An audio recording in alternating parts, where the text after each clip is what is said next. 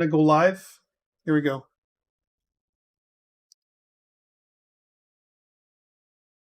All right, welcome back. We are Game 2014 in the fall 2021 semester, and it's week 1, part 2 of our broadcast, and we're talking about how to develop mobile games, starting with Unity.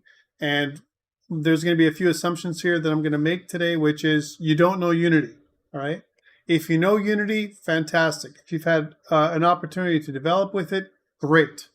This semester is going to be just that much more into getting you into Unity, right? And at the end of the semester, again, we talked about that earlier in the lecture, that it's all individual assignments that you'll be doing this semester all around Unity. So it's, again, there's some great opportunities for you guys to learn how to develop with Unity and Unity for mobile. So first thing, let's start off with our Unity Hub. So again, you can see that I'm in dark mode in Unity Hub. And the way to do that, I'm just going to switch back. You can see that there are two modes. One of them is the beta channel, which I'm using. And the other one is the production channel. I'm going to switch back to the production channel. And you can see when I do that, it's going to ask me to restart my Unity Hub, right? Which is totally fine. So when I do that,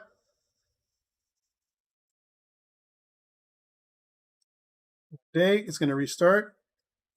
Again, it'll take different times for everybody, depending on their operating system and what their capabilities are. There we go. And I'll bring it across. There it is. There's what you normally would see, your Unity Hub 2.45. That's where I'm at. When you do your install, what I'm looking for is Unity 2021.1.19F1. That's the one that I'm using. I've gone ahead and installed Android support, iOS support, Mac build support, Windows Windows platform support, WebGL support, as well as Windows build support. All you need is this one, and this one, those three. So WebGL support, Windows support, and Android support. The other three are optional if you have need of those things. I do. I also have earlier versions of Unity, as well as some versions that I use for experimental reasons, because I'm working on a research paper right now. So there's a couple of Unity versions that I'm keeping around, as well as this one for backwards compatibility. But the only one you need for the entire semester is this one, 2021.1.19F1. We will not be updating it. Unless your Unity crashes, there's no need for you to reinstall it. And even if you do, if you go to Add, you can always go down to Download Archive. So if you don't find, for whatever reason, in the future, 2021.1.19F1, you want to follow along with the video, you can always click on Add, go to the Download Archive. The Download Archive will include every version of Unity that's been released since Unity 3. Okay, so lots of versions of Unity. You can download whichever one you want.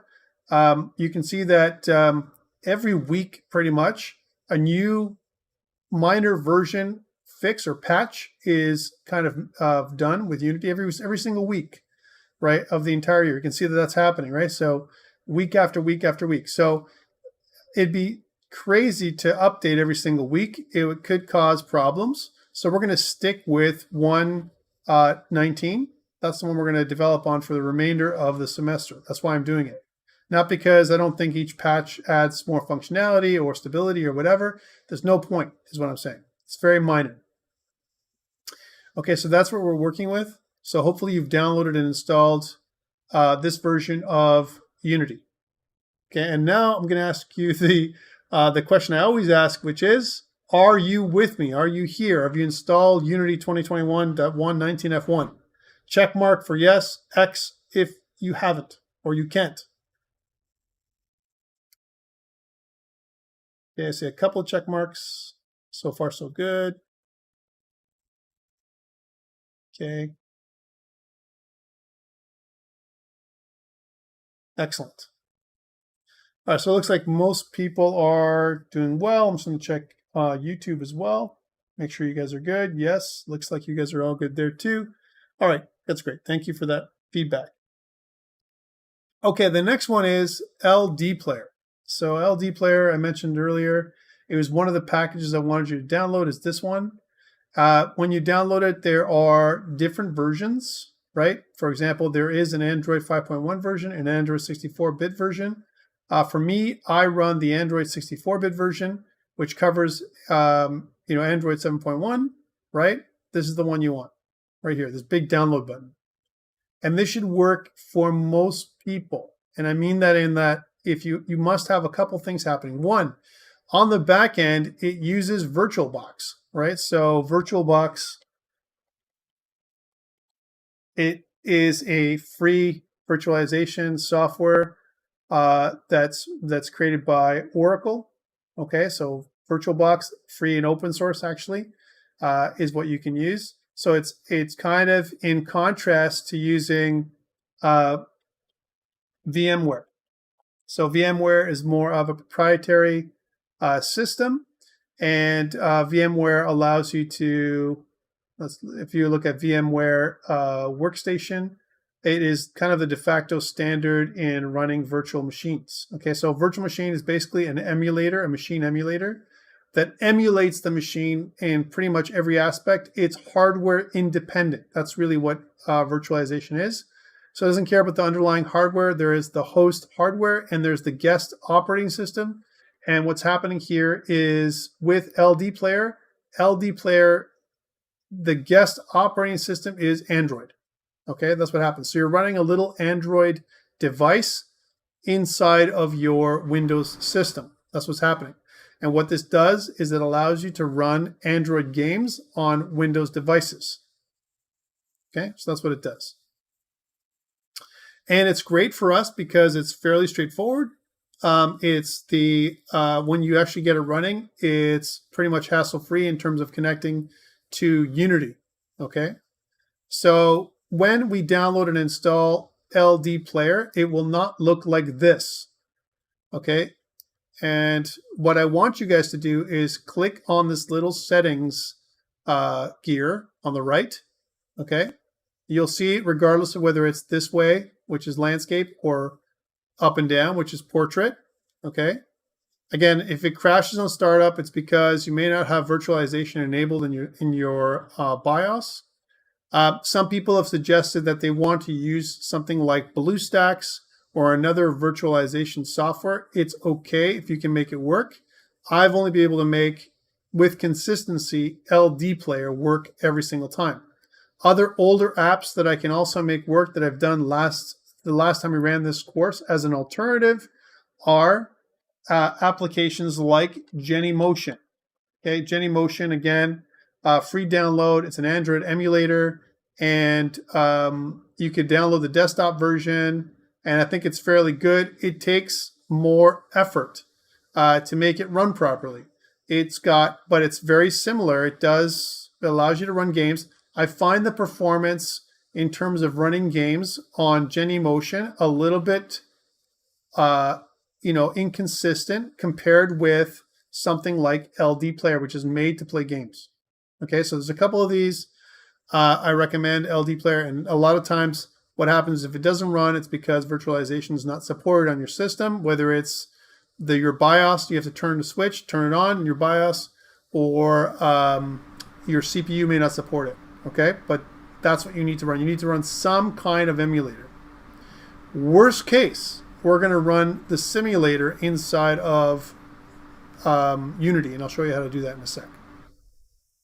So Genymotion being the second, I would say, kind of a backup to LDPlayer. And I used to do it the other way around. I used to use Genymotion exclusively because it ran for years now. It's been running. It's, again, a good kind of virtual machine kind of platform, and it also runs on the background. Also, VirtualBox also runs in the background. Okay, so pretty good. All right, so that is the software that you need to run LDPlayer. When you download it and you're here and you click on the gear icon, which is the settings, what I want you to do is I want you to change the model, right? Or under Advanced, go to Customize. Because what these do is it basically says, okay, so what kind of device do I want to emulate? Do I want to emulate a tablet, a mobile device, right? Or ultra-wide device, kind of thing. I can select an ultra-wide device, or I can customize and create my own. And I recommend you make a device that is kind of in portrait mode for what we're doing here so far this week. So my width is 2560, my height is 1440, and my DPI is 480. Now I've dedicated 4 cores to my CPU, and I can do that because I have the cores to do it. You may not. You can choose a smaller amount. The smaller amount you choose, the less performant your virtual machine is going to be. Okay, so you need a bit of a beefy machine to make this work. RAM-wise, I've also allocated 4 gigabytes. Okay, 4 gigabytes, I recommend it, but if you can't and you don't have that much RAM, I have 64 gigs. If you only have 8 gigs, then something like 2 gigs is okay. Okay, and disk management, automatically expand when there's not enough space. That's okay for me, but for you, you may have a space limitation and you can manually manage this size. Okay, so this is where you would do that first thing. So in the advanced step. Model. What I'm choosing is a preset model. I'm going to choose the Samsung Galaxy S10 Plus. That's the model I'm going to choose. So please select that one. And when you do, right, you're going to see that it's going to create a random AMEI number to simulate what a phone would have. The manufacturer is Samsung, and the model is SMGN75N. All right. High frame rate, I've left it at 90 frames per second. I haven't pushed it to 120. You could. I'm not doing that. So those are the settings by default for model that I'm setting up. I'm setting up for a Samsung Galaxy S10 Plus. Game settings haven't changed. Keeping it at 720p for PUBG. I'm not going to play PUBG, obviously, right? And 60 frames per second for default rate that I'm using. I've set up for support for ASTC texture for higher definition, right? And I haven't clicked on vertical sync to prevent screen tearing at all. Okay, it says suitable for high performance computer. I'm not expecting you to have a high performance computer, and I haven't turned it on myself. Or a higher frame rate. Audio. Microphone and loudspeaker, the defaults, right? Network. Haven't changed anything. Shortcuts, haven't changed anything. Wallpaper, that's your choice. Make it nice if you want, or you can add your own picture. Other settings, haven't changed anything other than ADB debug. So this is the Android debug option. You need to make sure that this says open connection. Okay. And one thing to notice is, one thing to notice is my tab mode is enabled. Yes. I don't. Try open local connection. It's funny that you don't have it. Maybe yours is more more advanced than mine. Maybe you have to upload mine or update mine. Mine's at 4.053, and yours probably be at 4.063. So that's why you have other options that I don't have, maybe better options than me. So I'm using an older version. Doesn't matter.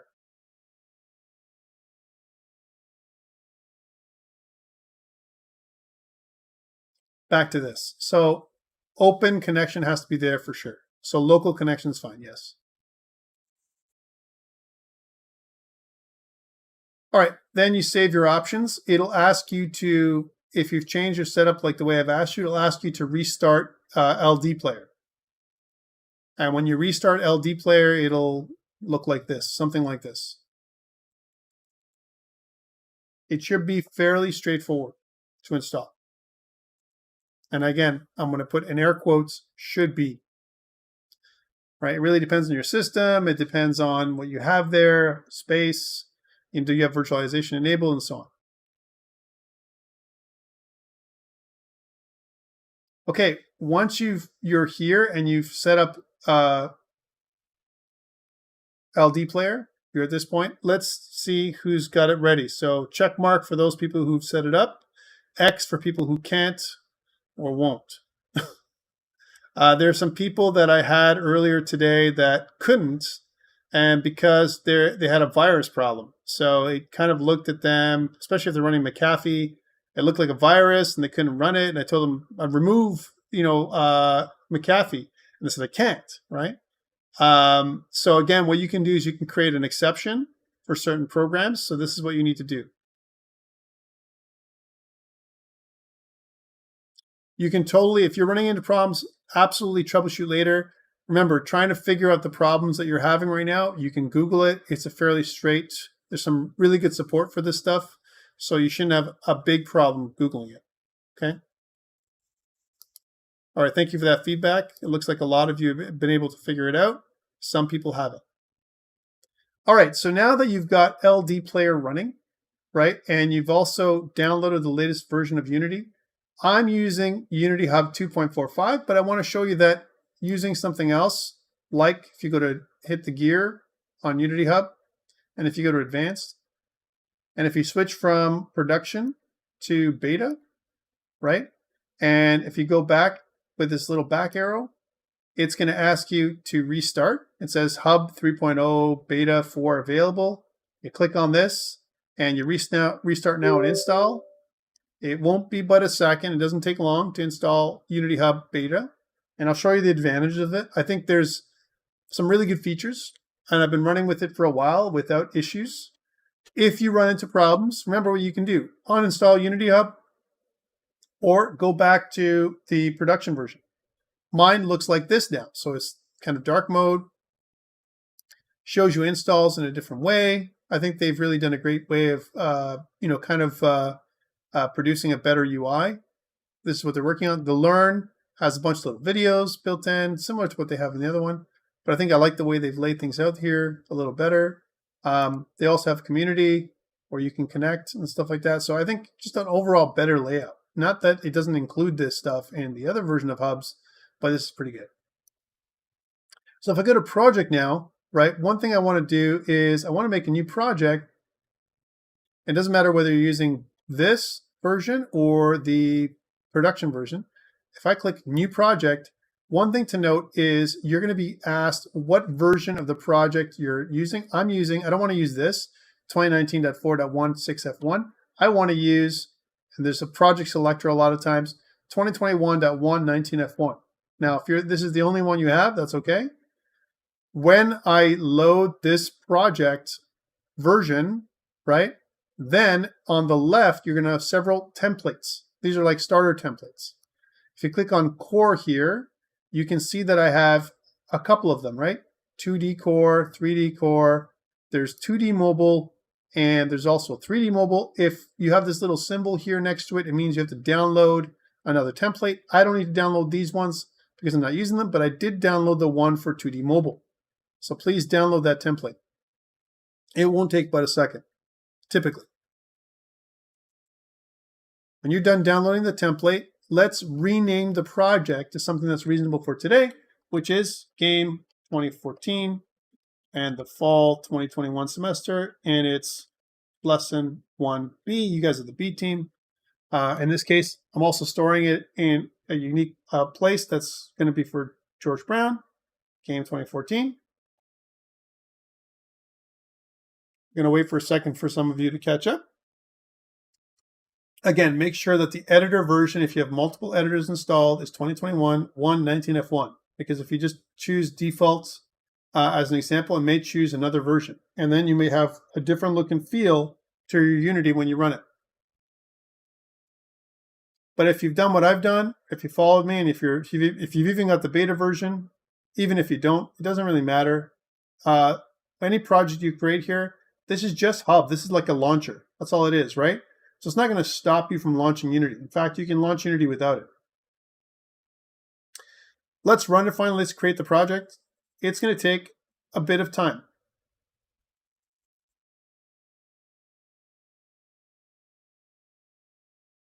And it's going to start copying template assets. One of the things that 2021.1.19F1 has with that 2D mobile template, it has something called the device simulator that's built into Unity. You don't have to download any other package or anything. It's just built in. And I think it's a great little package Unity has installed to support mobile game development. Actually, just mobile development in general. So this can take some time, and it really depends on your system. If your system is really fast, it might load really quickly. If it's really kind of mediocre, it might take a lot longer time. And especially since if you're running a bunch of stuff at the same time. I'm running LDPlayer. I'm running OBS. I'm streaming on YouTube. I've got PowerPoint open. I've got NVIDIA broadcasts and a bunch of other stuff running at the same time, right? Zoom and Discord and other stuff. And I'm able to run it, but that's me. Doesn't mean that if I can run it, you can run it. It really depends on your system.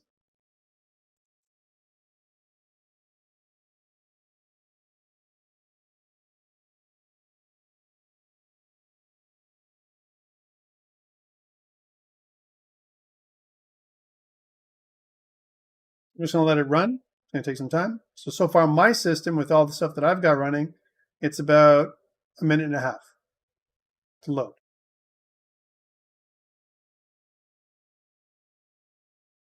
All right. Now, you won't see this starting off. We're going to get to this.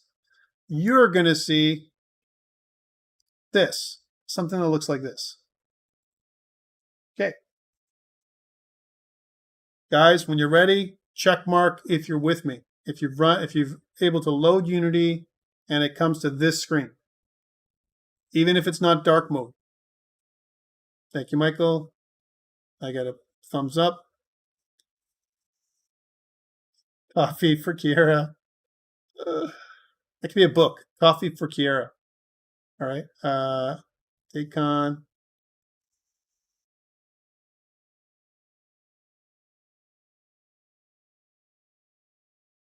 So slowly. So Benjamin, you're having some challenges, right? Yeah, it's okay. Let it do its thing. I'm just going to wait a little longer for you guys to run, and hopefully you guys will be almost where I'm at right now.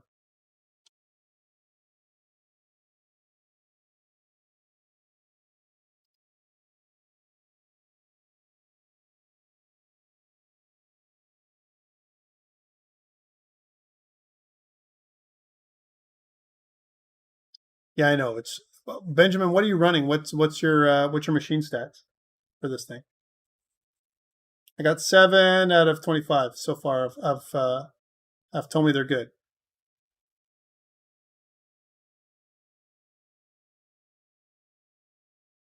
Windows 8. Yeah. Yeah. If you're running Windows anything older than Windows 10, then there's a chance that you're going to be a little bit slower. And only because the version of Windows is indicative of your hardware as well, a lot of times. So it is what it is. Yeah, I got 8 out of 25 with a check mark.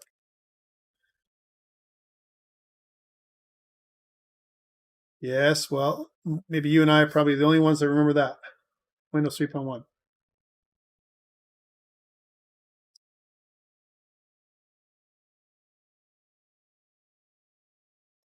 I know, it takes time. It takes time.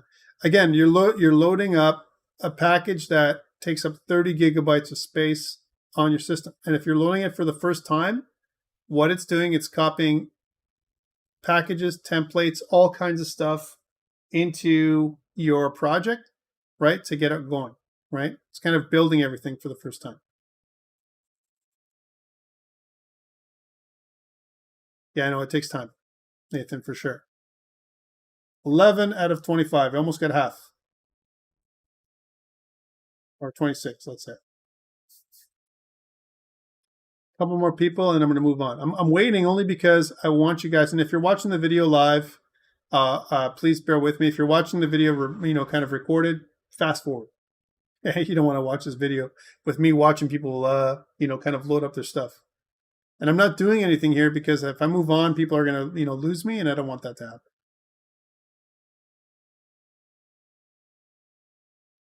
I know. Going to wait another minute, and then I'm going to move on. 12, yay. Okay, good enough. Thank you. 13, awesome. I'm halfway. All right, so I'm going to thank you for that feedback. I'm going to move on now. So now that you guys have loaded this up and everything else, this to me is a poor layout. Let me explain. And again, I'm going to talk about Unity itself. So Unity is a game engine. It's a commercial game engine. What we have here is a series of panels. We have a hierarchy panel. We have a scene panel. Think about the scene panel as the dev panel where you actually place, drag and drop items into the scene. You can move them around in the scene. As an example, we'll talk about that. The game panel here is a preview of what the game will look like. Your asset store no longer exists, so useless. Okay, I'm just pointing it out. So you can erase this in a second. Well, we'll talk about another way of doing that. On the right, you have an inspector, which is which is context sensitive. So an example is in the hierarchy, you can see that there is something called a sample scene. That is a container that contains something called a game object, right? You know about game objects at this point. And if you left click onto it, you can see that the inspector gives you a menu, a context menu with properties that reflect what the game object I've clicked on is. So example, all game objects in Unity, the first thing you should know is that all game objects in Unity have a transform. Okay, again, for those people, please forgive me. I'm expecting that you don't know anything in Unity. If you do, wonderful. If you don't, that's great. I'm covering everything for you. And then Joss, again, will cover the rest, the stuff that I don't cover, because I'm going to specifically target how to design for mobile. So main camera, even though it says main camera, that's just the name, friendly name, that's been given to a game object that has a camera component attached to it. So remember, you can see that there are delineations here. Here's a transform component. You can see that there's a line, and this component here, you can actually kind of collapse or expand. Same thing with camera, same thing with audio listener. So there's actually 3 components for our main camera. Transform, which belongs to every game object. The camera component, which is a customized component that allows you to create the illusion of having a camera. It's kind of like a virtual camera. And an audio listener that allows you to listen for and play sounds. Okay, so that's what it does. That's the camera itself. And that's a game object that lives inside the sample scene container. Think about scenes, just like we've talked before, it's just a game state. On the bottom, you have the project view, and the project view shows you your asset menu. Your asset menu shows you 2 folders, the editor folder and the scenes folder. And it also shows you a packages folder with all the packages that have been installed in the project here. There's also a console tab, which shows you the console. Think about that as like a Windows console equivalent. And really, that's it. That's, kind of the editor, right? Now, there's more to it, obviously, than that. On the top, you have a couple of controls. When you click the play button, it actually simulates what it'd be like to play in the game. We're going to do that a couple of times. If you click on it again, it stops, right? And there's other controls here we're going to explore today. I personally feel that this layout in general for mobile development is inefficient. And I think what I'd like to see is some of this over here, this one close to this side. So I changed my layout, and I think you've seen me do it before, to a different kind of layout. The way I start off in changing my work layout, and this is totally up to you how you want to set it up, okay? It's all about comfort. What you feel is it works for you. But what works for me is not this default layout. So I'm going to go to the top right corner. I'm going to scroll down, and I'm going to choose tall. That's where I'm going to start with. That should exist for you too. When I choose tall, my layout changed to this. So why do I like this as a starting layout? Well, it gives me my inspector here with my sample scene here and my project underneath it. What I can do is I can scrunch over my project, from my hierarchy, my inspector, and my project all the way here like this to give me more. I know Joss usually laughs at me when I say this, screen real estate, right? And why? Because I can do more here, right? One thing I don't like is the fact that the game tab is hidden. I'm going to take that out in a second, but I'll talk about that. Let's do a couple of additional changes here on the project tab. Project tab has a couple of folders here that are highlighted, editor and scenes. There's a little slider down here, and if you slide it, you can make them bigger, or you can turn them into a list. and I prefer the list view. Again, it's all around screen space, right? I want to have more screen space here and less over here.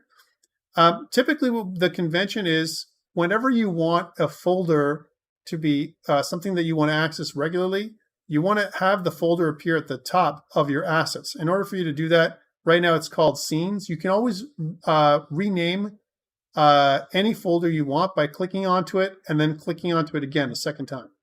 When you do, it basically allows you to modify the name of the folder. The other way to do that is if you right-click. Right-clicking allows you to go and then click rename. That allows you to do that. You can do that for anything, even things like that are in the hierarchy, like the main camera. If I right-click and rename, oops, I duplicated. Right-click and rename, I can rename the camera something else, as an example. So we're going to do that in a second. So the first thing I'd like to do is rename our sample scene.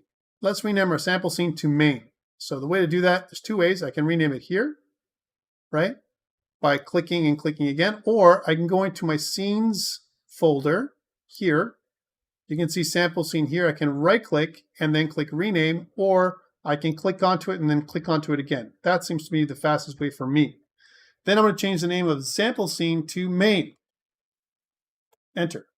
And it's going to ask you to reload the scene, and I'm okay with that. Hey, Benjamin, whatever you like. If you like your UE and Unity layout the same, I'm totally fine with that. I usually do it the other way around. I make Unreal look like Unity as much as possible.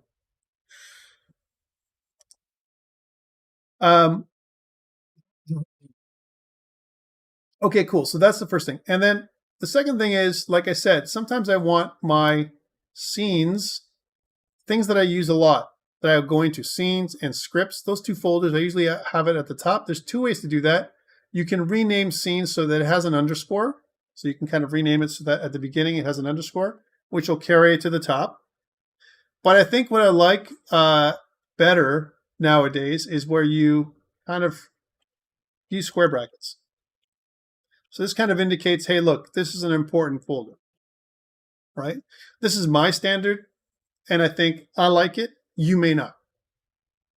So it's really how you want to work. I'm not going to comment on the way how you organize your folders in terms of, which comes first or whatever. However, I do want folder organization for this course. So if you just leave all your assets in the assets folder, that is bad. It's really unorganized. So please organize it in some folder structure that makes sense to you.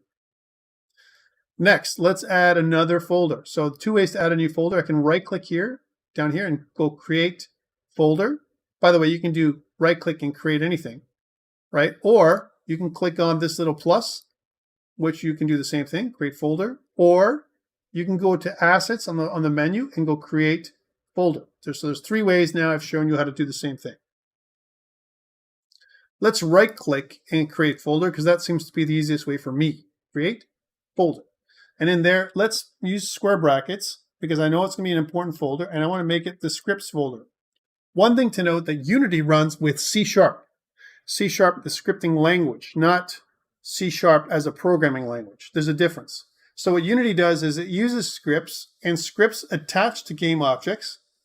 This is the general way of using Unity. When you attach a script to a game object, similar to what we've seen in with components, the game object will react to the script that you attach to it, okay? On the front end, it's C#. On the back end, it gets converted to C++, okay, when it gets compiled. So scripts and scenes. There might be some other important folders here as well. For example, maybe not as important as scripts or scenes, but things you want to organize. Typically what I do with folder structure, and I'm showing you this first because I think that's that important, is I start thinking about folders that I might need. For example, materials.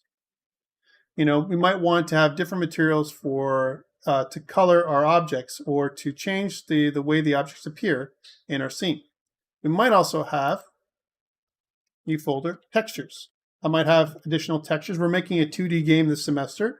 There might be some textures that we want to include in the 2D game.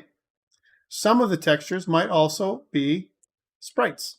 Again, there's a couple ways to do this. I could include sprites as a folder on its own, or I could say that sprites is just a type of texture, and I can make it so that the sprite folder, just dragged and dropped, is inside the textures folder. That's up to you. I can also do other things. I can add animations. So we can have an animations folder. I can also have a audio folder for sounds and music. So there might be another folder for impulse sounds. There might be another folder for music, right? There could be another third folder for dynamic music. All right, it's really how you want to be organized here. I think some kind of folder structure like this organizes your project from the very beginning.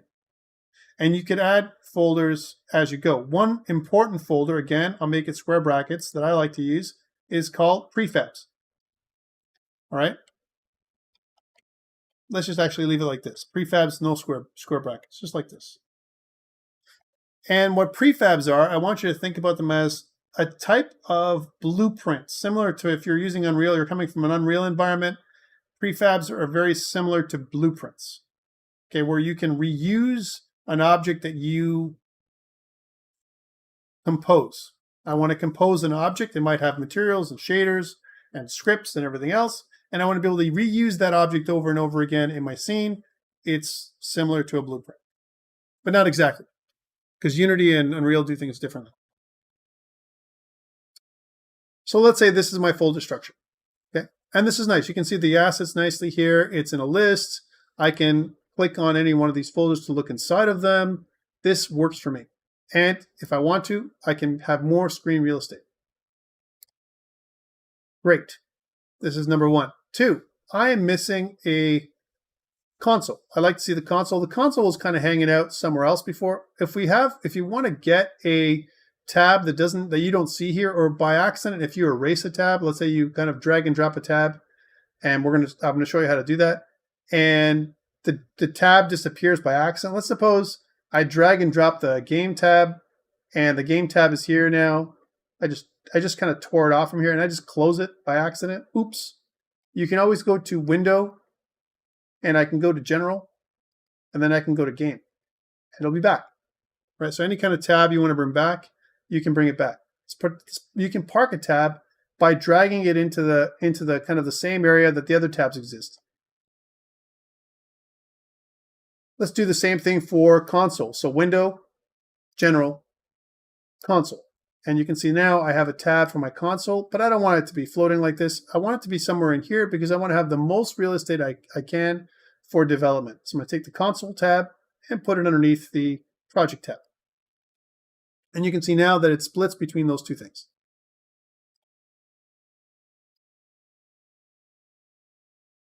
Okay, so hierarchy, inspector, project, console on this side.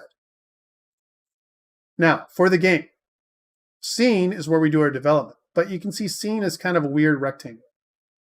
I want it to be reflective of the game that we're making. So this is where 2021.1.19F1 really shines. If I go to game, and I've used that mobile kind of template, under the game tab on the left, it says game. Then there's display one and free aspect, and also a scale, right? If you click on this little drop down, there should be a little drop down here. If you click onto it, you can see that it drops into simulator. Okay, so again, scene, where we drag stuff in. This is in the scene itself. That's the camera that's being highlighted right now. Game, a preview of what the thing will look like, right? And under the game tab, there is a game drop down, and you can choose from game to simulator. Let's do that now. It'll give you the iPad as a simulator by default. This is not what we want. We're not going to develop for iPad this semester. We're going to develop for a phone. And remember what we did with LDPlayer? We said that the phone that we want is going to be a Samsung Galaxy S10. We're matching up the phone on the emulator with the phone in Unity, okay, that we're emulating. So if you go here on the left where it says Apple iPad 5th Gen, you want to scroll down. You can also search, but if you scroll down, there's quite a few phones that are supported here by default. And if you go down to Samsung, you can see Samsung Galaxy S10 Plus. It's right here. And there's your phone. Now, we don't want to see it this way. This is portrait orientation, right? Again, we're going to talk about different orientations, portrait versus landscape, right? These are kind of default, or I would say names that you need to know, part of your vocabulary when it comes to developing for mobile, right? We want to rotate to the left. That's what this symbol is here. Rotate to the left, this simulator. So left. So now it looks like this. And notice what it gives us. A little area for your front camera, right? Camera that's pointing to you. And then I want to turn on the safe area. If you turn on the safe area, it shows you the area that is where you can develop for this phone. This means that in this area, you won't have a sensor or a camera, okay? If I put something over here, there's a risk that it's going to run out of the area that you can see it, or it's going to hit the camera. Similarly, if I rotate to the other side, you can see that the safe area ends there. So we always want to keep our game running or interacting within the safe area as much as possible.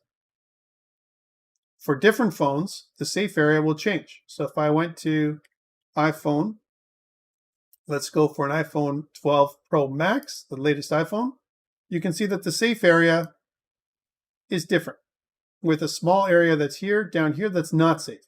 Why?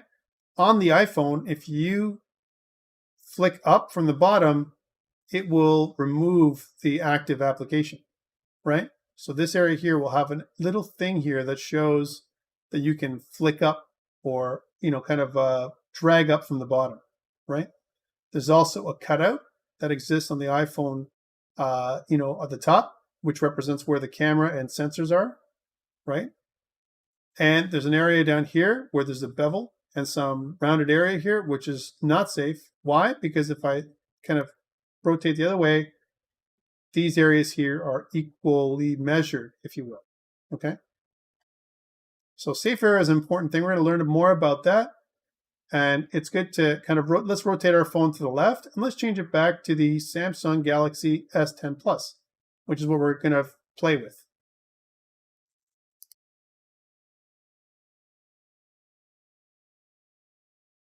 Make sense? Now, this is great if I only want to see the preview, but I don't just want to see the preview. I want to see the preview and my scene at the same time. Notice my scene changed. So the camera projects my scene in the same shape and orientation as my phone. This is important. Let's go back to my simulator. What I want to do is I want to tear my simulator or move it, drag and drop it from here below the scene like this. And now what you have is at the top, you have a view of the scene, right? At the bottom, you have the simulator, and they're oriented the exact same way. So again, this is my play area. This is the area that I'm actually going to play around in. I can add items in here. Here, I'm going to get a preview of what it's going to look like for the user, the player. It's going to see this. Okay. Again, Joss will give you more details on how this would work for PC, and he's going to present to you a different layout. I want to save this layout because I want to use it later on. And the way to do that is to go to where it says on the top where it says tall. I want to go here and I want to say save layout. And you can specify the name for your layout. I've already done so. I've created a layout that says Tom's 2D mobile layout. You can call it whatever you like. I've just called it this. And if I click onto it again, it quickly snaps back to this. So for example, let's suppose that I play around and I want to see the simulator live. I want to work on the simulator and see what it looks like and play the game here as much as I can. And then, maybe I make some other changes, like I want to put the project down here while I'm playing or whatever, and, see more of this. And I want to switch back. I just have to go back to Tom's mobile layout and bam, it's back.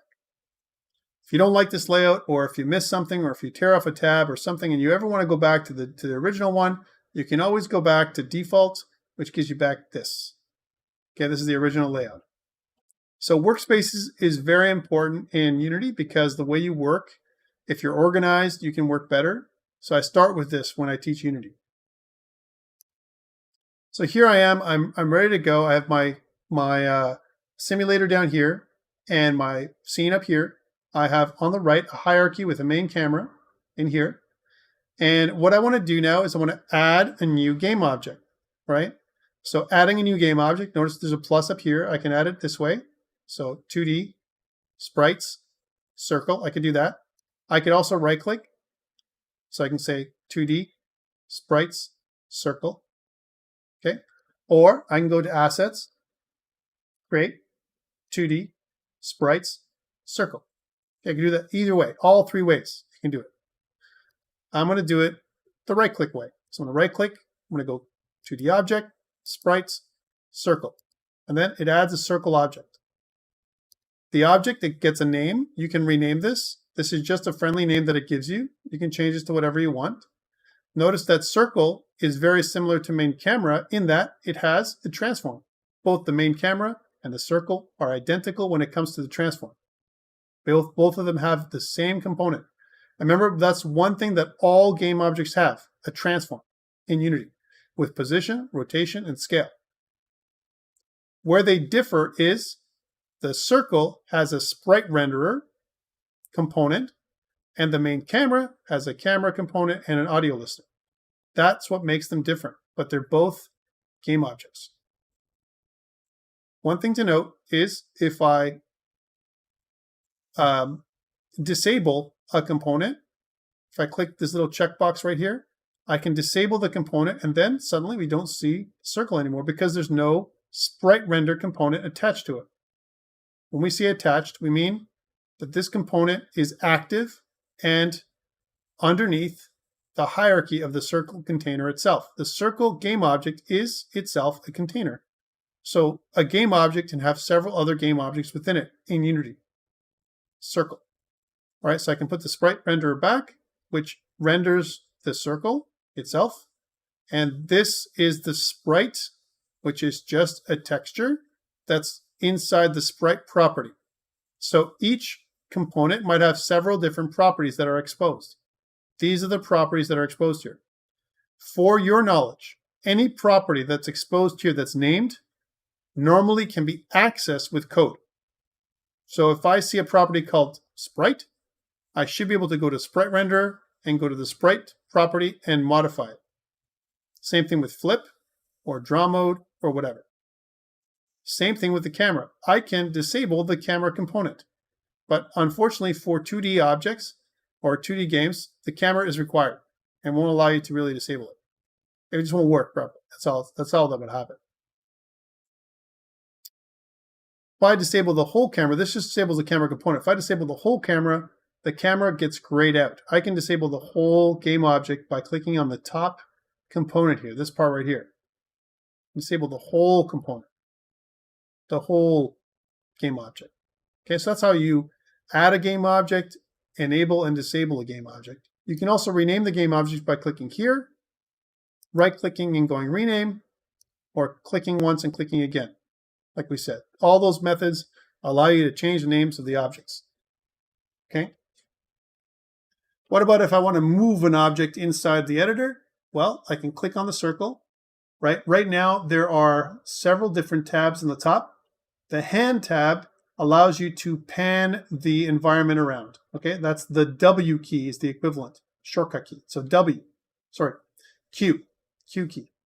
So the Q, W, E, R, T keys are the ones that work on the top. They're the shortcuts for all these buttons up here. So Q, W for moving it up and down. You can see that here we have two handles that appear when I press the W key or I click on this little button right here. It allows me to translate the circle on the y-axis or on the x-axis. Notice when I added the circle for the first time, it appeared in the center of this rectangle. This rectangle is representing the screen itself, and the circle has been placed at the origin at 0, 0, which is right here. Which means if I move it to the right and up, we should see a position change of x 2.1 away from the origin and y 2.32 up away from the origin. Right? So that's the vector, a vector 3 object representing the position of the game object. If I want to put it back, I could drag it back by eye, right? And it may not be perfect, but you can also type it in. You can say like 0 and 0. You could do that. Or if you want to put it back, let's say, for example, I move it out here, or use this thing to move it. If I click on this little box, I can move it anywhere in the 2D plane, right? And let's say I want to move it back quickly. I can go to the component, the transform component, click on the ellipses up here and go to reset, which resets it back to 0. So Q pans the entire area. W allows me to move the object inside the scene. E allows me to rotate. You can't really rotate. It won't show the rotation of the circle, but it'll rotate around the Z axis. Notice the blue button, the blue area, that's the rotational axis. So I can rotate around the Z axis, which is into the screen. Okay. This one allows me to scale. So Q, W, E, R.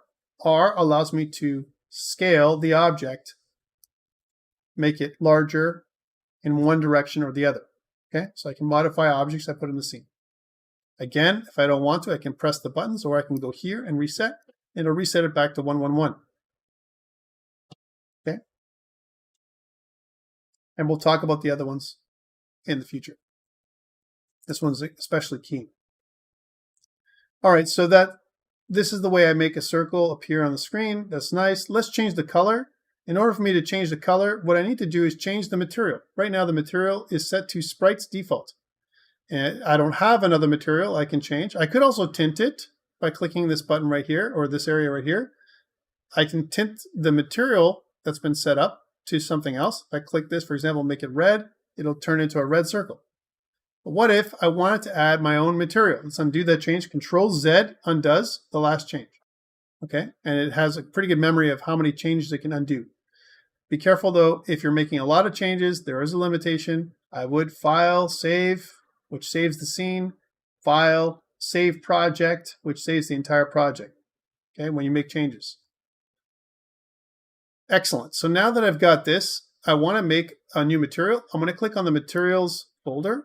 And again, I'm going to right click here and go create material. Now the material by default is a standard material which works with 3D objects. We're in a 2D context, which means we have to make this material work in 2D. So let's first rename the material. I'm going to click once, click again, and then change this material to green. Allows me to change the material name. That's all it is. And now the shader, again, material is a program that supports one or more shaders, usually one shader. And this is the fragment shader that it's supporting. You can see here that I have a choice of standard shaders that I can use. I can also write my own custom shader. We're not going to do that right now. When I go down, I can choose on lit or something else. Let's choose something else. Let's choose something like mobile and diffuse. And you can see that this is incorrect because it's asking for a texture. I don't want a texture. I just want to change the color. Let's choose some other ones. Let's go to mobile. And you can see this is unlit. Again, supports the texture. I could drag and drop a texture in it, but all I want to do is change the color. How about unlit color? Well, that seems kind of right, doesn't it? Let's change the main color for unlit color to green. I'll just change all the color values right up. And right now I'm using an RGB 0 to 255 values. I could change this manually to 0, right? As an example, it's 0, 255, 0, and 255 for alpha. So RGBA, right? R is red, G is green, B is blue, so on. And the hexadecimal code is right underneath it as well. If you like hexadecimal, you can use hexadecimal here instead. You can also use HSV or RGB01, which is a normalized value. Let's go back to 0 to 255. And what I want to do is press this X. This already changed the color, and you can see that the green uses a green unlit color. And I want to take this green color and apply it to the circle. Well, notice that in here in the material for the circle, we'll click on the circle now. And on the right in the sprite renderer, in the material section, I have this sprite's default. There's a little circle, looks like a target. If I click the target, it'll bring up a little menu that comes up, a little thing, and I can choose green, or you can search for it up here, right? If I choose green, it looks like it worked, but there's an issue. It says material does not have a main text texture. So yes, it's unlit. No, it's not for a sprite renderer, which means I can't tint it. So if I click this little button here and try and tint it to a reddish green or something, it's not going to work. So how do I fix that? Choose the right shader is the answer, right? So if I go back to green, and instead of unlit color, I choose sprites.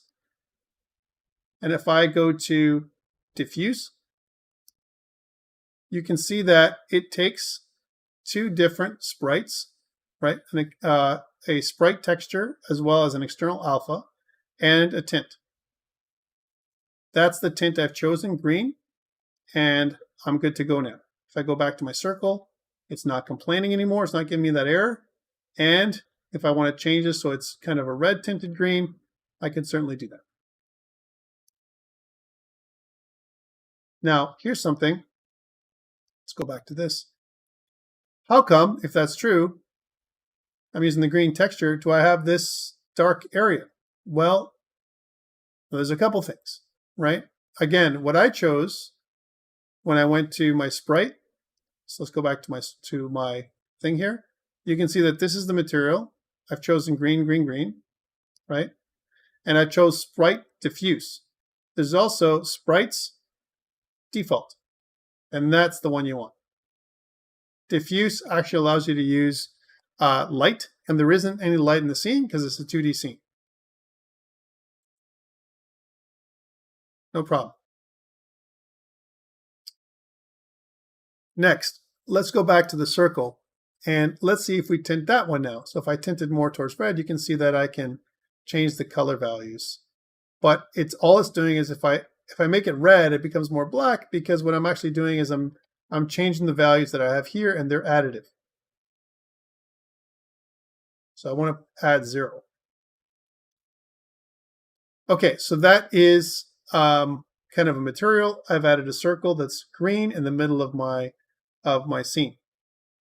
And this may not seem very exciting, but actually what you've learned just by doing this stuff is, how do I add a game object? What is a game object? What does it have with it? All game objects have transforms, right?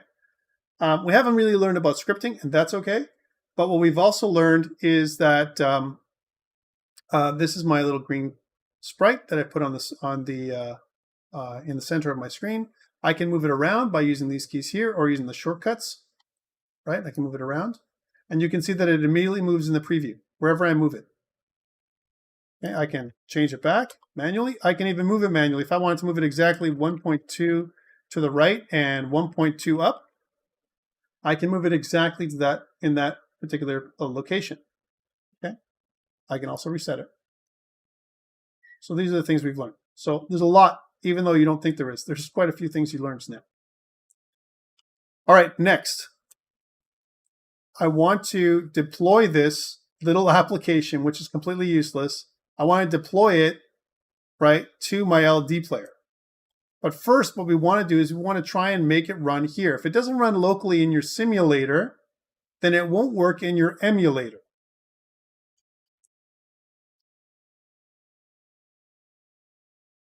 Yes. The reason, so Kira's asking, is there reasons why one wouldn't add lights to a 2D scene? It's actually what it is. It's calculations, computational.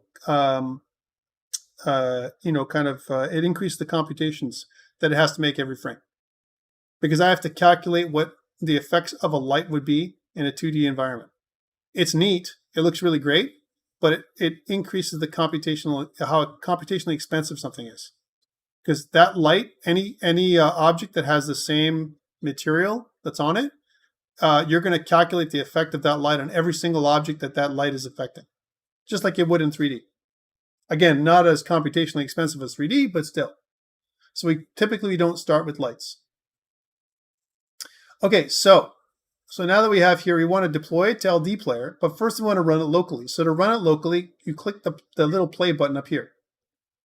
And what this does, you don't see any difference, but actually it's running here inside the scene. So interactions, if you were going to move it around, would happen here. One thing to note is WASD keys, or anything to do input with WASD that you would normally do with your regular Unity, would not work here. So when you learn how to run Unity, as an example, with Joss, with his Unity course, you're going to try and run it, and he's going to show you how to do inputs with WASD, right? So it can move things like normal, right? Those inputs, the exact script, if you attached it to your object, would work in a regular PC, but it would not work on mobile because we don't have WASD keys. So that's why when you attach a simulator to your project like this, right, it disables regular input. You need to use touch input. So I just stopped the simulator. Notice when I run the simulator, it actually has this additional component that materializes called don't destroy on load, right? So a variable saver that doesn't get destroyed on load. That's how you can, one way of telling that we're in runtime. Runtime, design time, okay?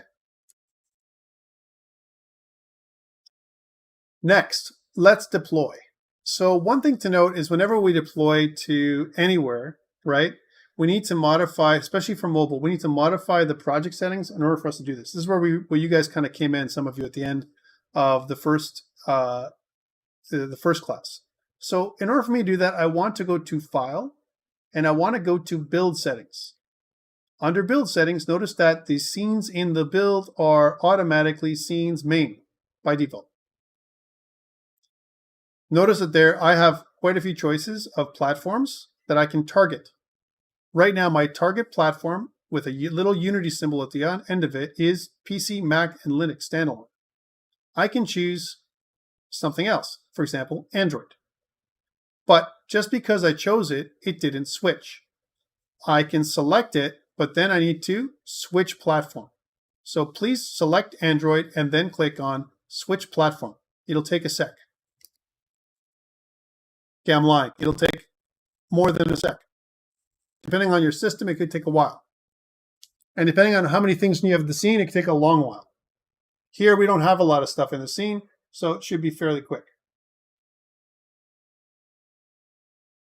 What it's doing is it's translating materials, shaders, textures, and everything else so that it works better for mobile. Good. Now that it's stopped, you can clearly see that the platform that we've selected is Android because the little Unity symbol is right next to it.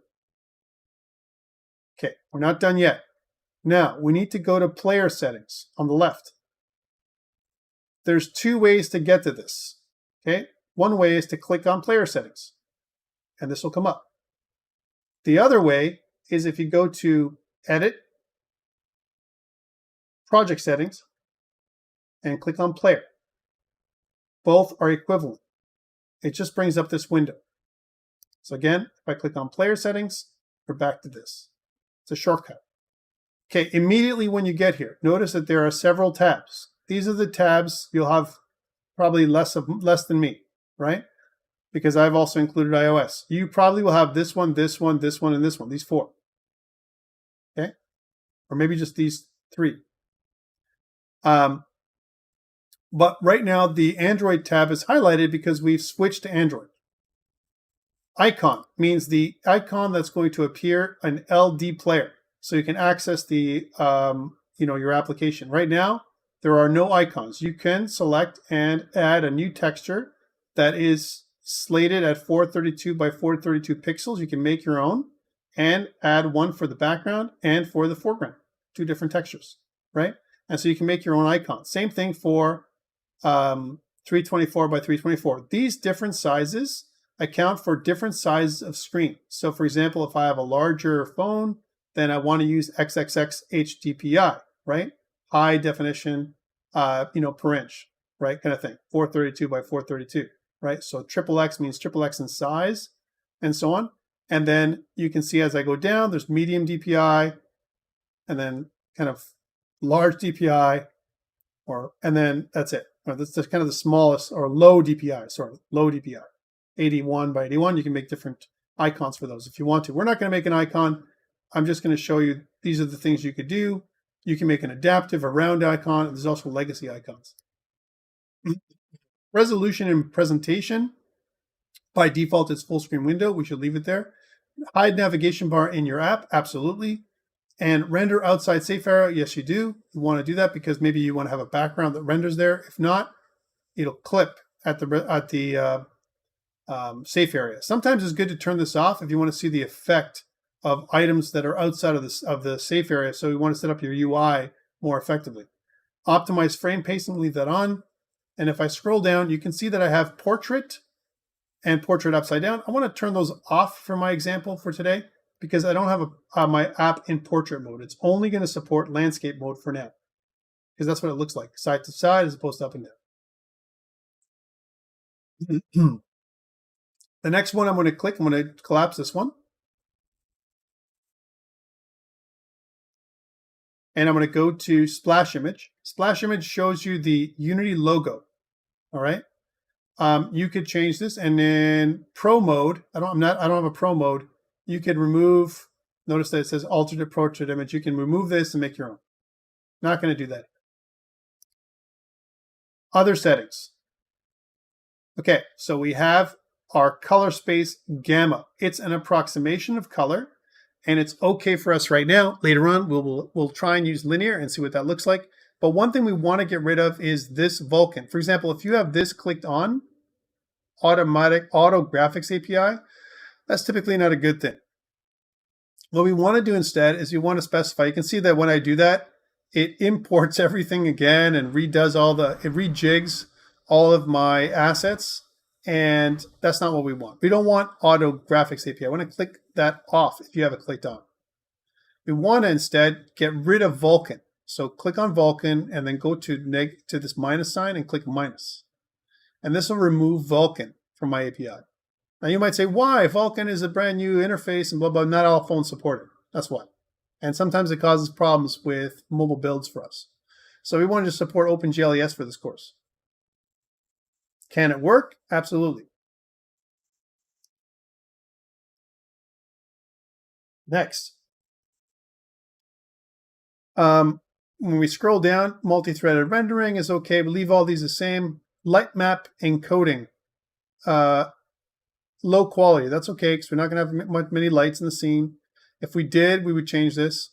What is important other than graphics API is identification. So at the top, notice that there is company name. We want to change the company name here to something else. Let's say, for example, George Brown. And our product name is the name of our application, right? Our version is here. But here it says kind of com.default company, blah, blah, blah, blah, blah. If you erase all this, right, and kind of skip away, and it says override default package name, if I kind of uncheck this, it will just put in com.georgebrown.game2014 lesson 1b. It'll accept this. Or if you want to override this, just click on it again and change this to CA. This is in reverse DNS order. That's how all mobile applications are identified in the App Store, any App Store.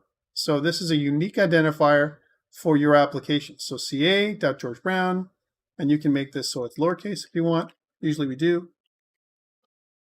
And then game 2014 lesson 1b, you could just say game 2014 dot lesson 1b. That is the name of your application. Version, you could make it whatever you like. For example, if I want to change it, I can change it to 0.02. I could do that or not. Minimum API level. This is the application programming interface level for your OS. you should change this to at least 25. Okay, at least 25. Scripting backend. Let's move away from mono and go to IL2 CPP, please. And change your .NET Standard 2.0 to .NET 4.x, please. It's going to take a second for it to recompile scripts. We don't have any, so this is a great time to do it. When it's done, it's going to tell you. It also complains. It says, hey, you're trying to make use of IL2 CPP, but you don't have ARM64 support. Add it in. Click onto it. All right, so this is the stand. So all I've done here is I've renamed the package. It's got to match what it says up here. George Brown. You can make it whatever you like, but you should make your own unique company name, right? Because otherwise it'll default to a default package name, which will fail when you try and put it across to LDPlayer. I've done this. I've changed it to NuGet, API level 25, IL2 CPP, so C++ in the back end, right? With the .NET 4 standard, which is the latest version of .NET, right? Full support for all the features, so it's a little fatter than .NET 2.0, but it's okay because we need it. And I haven't changed anything other than ARM64. The blue stuff, a lot of times, or the highlighted areas, is anything you've changed. Usually it'll highlight. There'll be some stars that show you that there's that kind of important stuff to think about, and that's why they're there. Usually I leave this stuff the way it is, and if I want to make a change, I note one change at a time. Okay, now that we're here, we're good. I'm going to scroll down. I'm going to collapse this whole area here. So go back up to the other settings, collapse it. And under publishing settings, notice that there are additional things you need. If I was going to publish this with a on a key store and so on, I'm not going to do that. I'm going to leave the publishing settings completely unchecked. And so again, other settings is the big one. Here are the settings that I did again one more time. But when I'm done, I can just close it off. And once I've closed it off, I'm ready to build. All right. Now, keys before we build. Notice where it says run device. Now, this is the key that you have to give me a check mark if you got this, guys. Click refresh. If you can pull down Samsung SMGN75N, the emulator that we have running in LDPlayer, right? You're golden. If you can see that, if you can actually see that in the list. If you can, check mark. If you can't, X. This is that little thing that we showed up before. And to see 4 of you out of 25 are able to see it. If your run device is grayed out, it means that there's nothing that's something that you're missing. You haven't switched properly to Android. Okay. I'm going to clear all that feedback and move on because we're running out of time. So now I'm going to build and run. Here's my build and run. So build and run. If I click that button, it gives me this little menu in my file explorer. What I want to do is I want to make a new folder called builds. This is convention. Make a builds folder.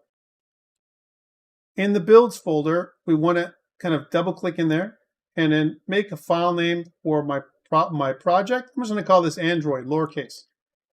Just because, you know, we're just making an example for you guys for today.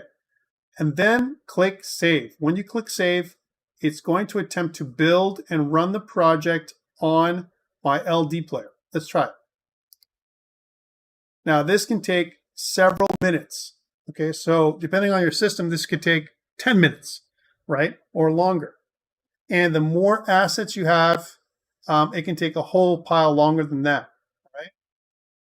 For example, the way I'm going through something, when I'm stripping assemblies, when you see this stripping assemblies thing, what that does is actually removes assets that we don't need that are inside of our project.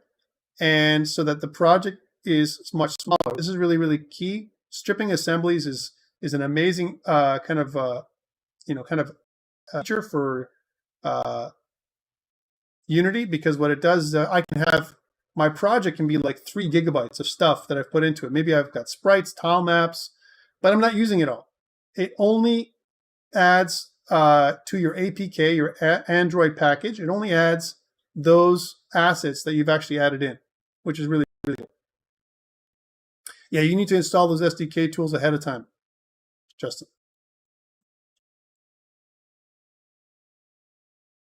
And you do that when you install Unity.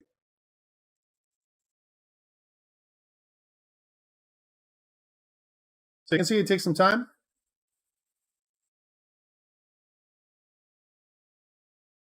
Well, it may mean that you don't have Java installed in your system as well, but a lot of times it'll install it for you.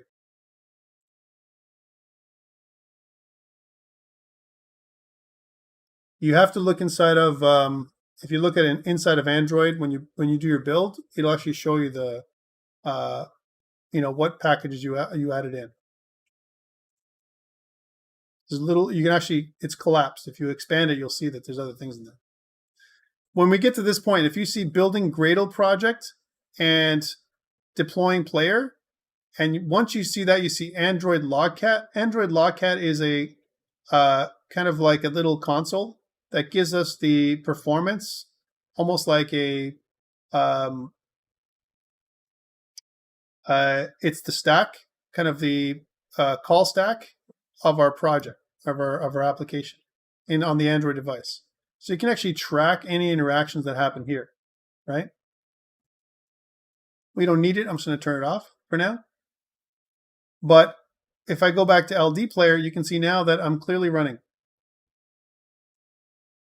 If I uncheck this, you can see that I have two applications, one from this morning, or this earlier afternoon, and one from today, from right now. If I click onto it again, it'll say made with Unity. That's a little symbol, and then it'll run the little circle. If you guys can get to this point, you're golden if you can deploy to LDPlayer. Let's see a show of check marks if you got here. Check mark if you're good, X if you didn't.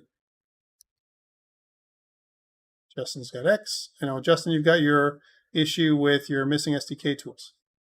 Kira's got X. Kira, what's the problem with you? Is it a time perspective for you, or still building? Says build failed.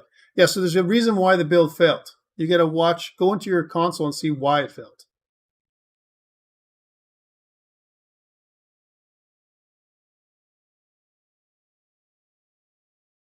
So a lot of times builds fail when you're missing something. And it could be as simple as one of the things that I mentioned before. It could be that you don't have Java installed, or it could be that you have a competing version of Java installed.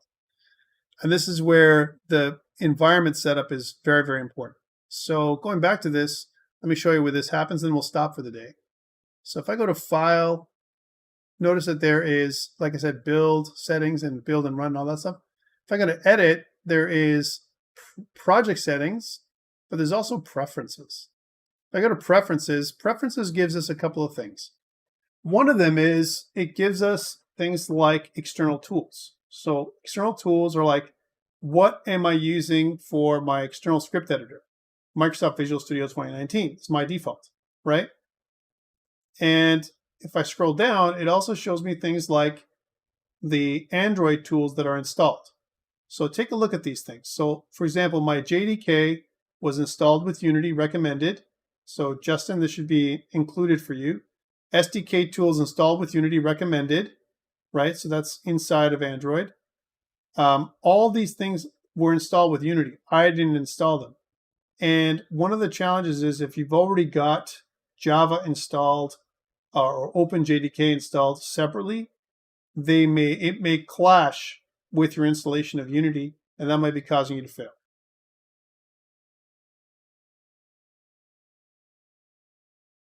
So you've got all this, Justin? And it's still saying you're missing SDK tools? Yeah. You may have to kind of do a little bit of Googling and see why in your particular case. And this is part of the builds, part of the challenge. When it comes to Unity, sometimes you have to restart Unity. Sometimes you have to restart your system. There's some, tricks like that. But for the most part, you need all this installed, right? Just to make sure that you're good to go. So this is what mine looks like. In terms of Android Logcat, it gives us different colors. The other thing that this allows you to do, if you click on colors, it shows you what backgrounds you can change the way your editor looks like if you want to add different things in here, especially when it comes to what happens when you're in play mode. See, the play mode tint is kind of this lighter gray. You can change this to make it really dramatic. So you can make this something like really super green, so the whole screen turns green to show you that you're playing, because sometimes it's hard to tell. So a lot of preferences here. Please take a look here if there's a problem. But the main place that there's a problem usually is inside of your build settings in here. So notice I didn't change anything here, 32-bit. I didn't change the run device. It says default. You can also specify. And the other thing to try is if you have an Android device, try running it on your device itself as opposed to the emulator. So last question before we go. What is the difference between an emulator and a simulator? So I got a few people running, 3 people and 3 people not. What's the difference between a simulator and an emulator? What do you think it is?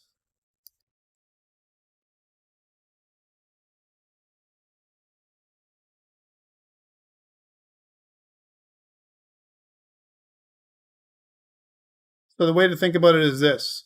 An emulator emulates the operating system. It almost like is the truest kind of representation of what it would be like to run on the actual phone itself, right? So exactly what Kira's saying here. It creates a virtual environment that makes it feel like the real thing. A simulator just makes it work. So it has like Kira's saying there, it makes it feel like it's working. It gives you a bit of a preview, but it's not a true reflection of what it would be like on a device. So emulators are better than simulators, for sure, right?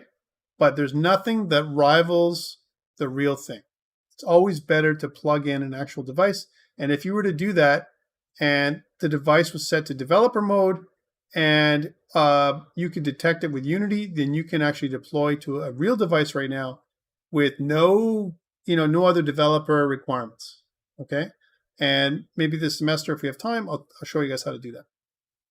All right, that's it for today. What I'm going to do to finish off, I don't need to do this, but I'm going to save, and I'm going to save project.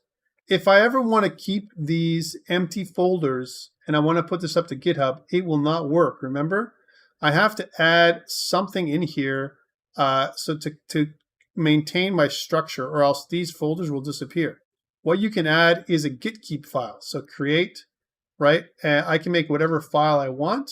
So in here, you can't really do it. You'd have to do it out of here because it doesn't allow you to make little text files.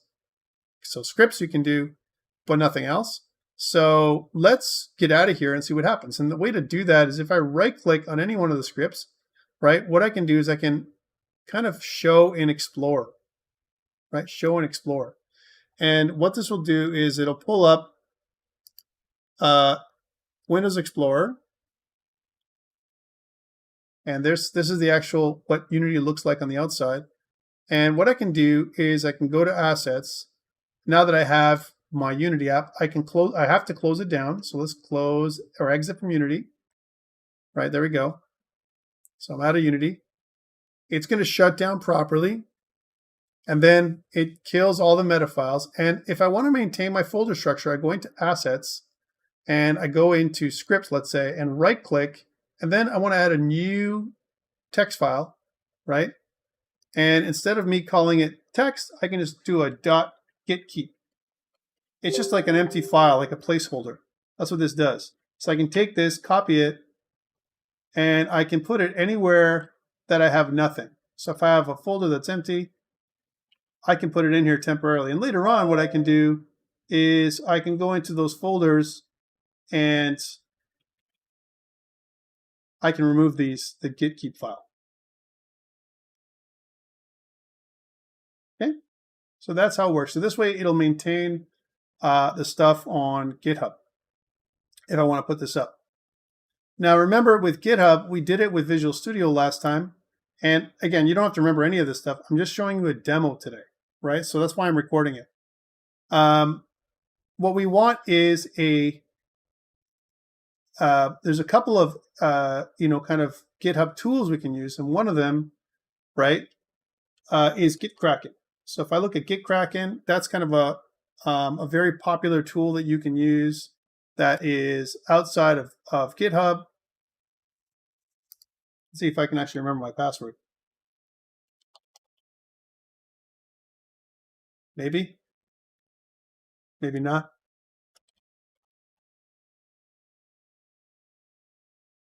Yeah, I can't remember.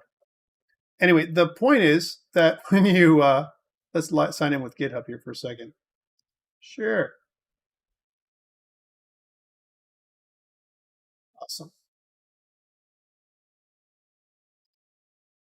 All right, so what I want to do is one thing that the Gitkraken gives us, if you're going to use something like that, is you can open up a repo that already exists. So kind of like in the local context, right? So you can start a local repo somewhere locally. So I can browse to where it exists. And we know where it exists because I put it on the desktop under GBC, under GAME2014, and Lesson1B, right? So this is the folder, but I want to step out one step out of this, so to here, right? So select this folder, and then the name of the folder is the one I want to put up here. So I want to go to Browse, and I want to kind of copy this name. It's the trick I use with Gitkraken, and put it here. And so then you get the whole kind of path of Gitkraken right here, right? Now, this is a beautiful thing. Git ignore template. You can actually choose Unity. And what it will do is it will create a repository immediately for you with no command line and install a git ignore template that's compatible with Unity. Let's do that. Create repository. And there you have it. All right. And again, this is for you to watch, not for you to do. And if I want to stage all changes, right, I can make a commit summary afterwards. I can say that this is my initial commit. Just like we've seen before, stage all changes. And we can commit changes to 49 files.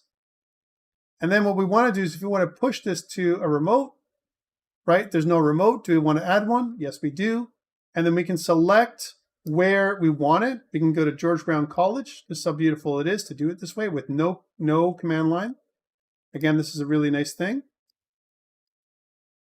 And notice the repository name, GAME2014 F2021 Lesson 1B.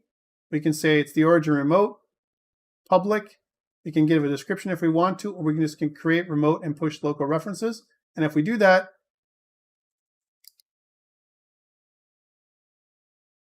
we're done.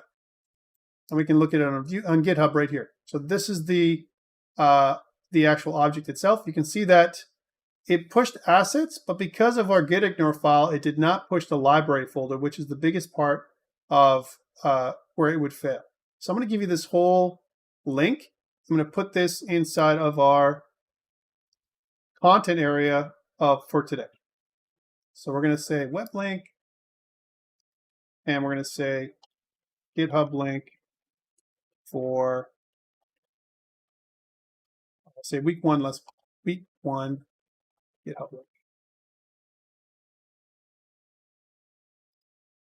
All right, and there you have it. So any questions before we go? I know we're kind of over by about 10 minutes or so. I'm going to stop recording here and I'll take questions from people that are here. Guys, thank you so much. Don't we need LFS? No, you don't. The only time you need LFS is if you're going to have very large files. I don't recommend that. It also takes up, there's a limit to how much you can put up for free. Okay, let's stop recording now and I'll take questions from the class.